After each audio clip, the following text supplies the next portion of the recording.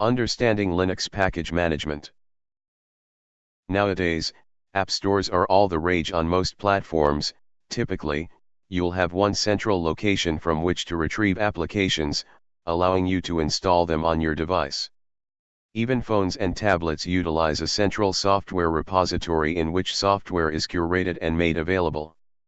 The Android platform has the Google Play Store, Apple offers its App Store, and so on. For us Linux folk, this concept isn't new. The concept of software repositories is similar to that of app stores and has been around within the Linux community since long before cellular phones even had color screens. Linux has had package management since the 90s, popularized by Debian and then Red Hat. Software repositories are generally made available in the form of mirrors, to which your server subscribes. Mirrors are available across a multitude of geographic areas, so, typically, your installation of Ubuntu server would subscribe to the mirror closest to you. These mirrors are populated with software packages that you'll be able to install. Many packages depend on other packages, so various tools on the Linux platform exist to automatically handle these dependencies for you. Not all distributions of Linux feature package management and dependency resolution, but Ubuntu certainly does, benefiting from the groundwork already built by Debian.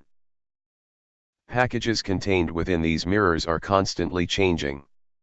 Traditionally, an individual known as a package maintainer is responsible for one or more packages, and ships new versions to the repositories for approval and, eventually, distribution to mirrors. Sometimes, the new version of a package is simply a security update. With the majority of Ubuntu's packages being open source, anyone is able to look at the source code, find problems, and report issues. When vulnerabilities are found, the maintainer will review the claim and then release an updated version to correct it. This process happens very quickly, as I've seen severe vulnerabilities patched even on the same day they were reported in some cases. The Ubuntu developers are definitely on top of their game in taking care of security issues. Also, new versions of packages are sometimes a feature update, which is an update release to introduce new features and isn't necessarily tied to a security vulnerability. This could be a new version of a desktop application such as Firefox or a server package such as MySQL.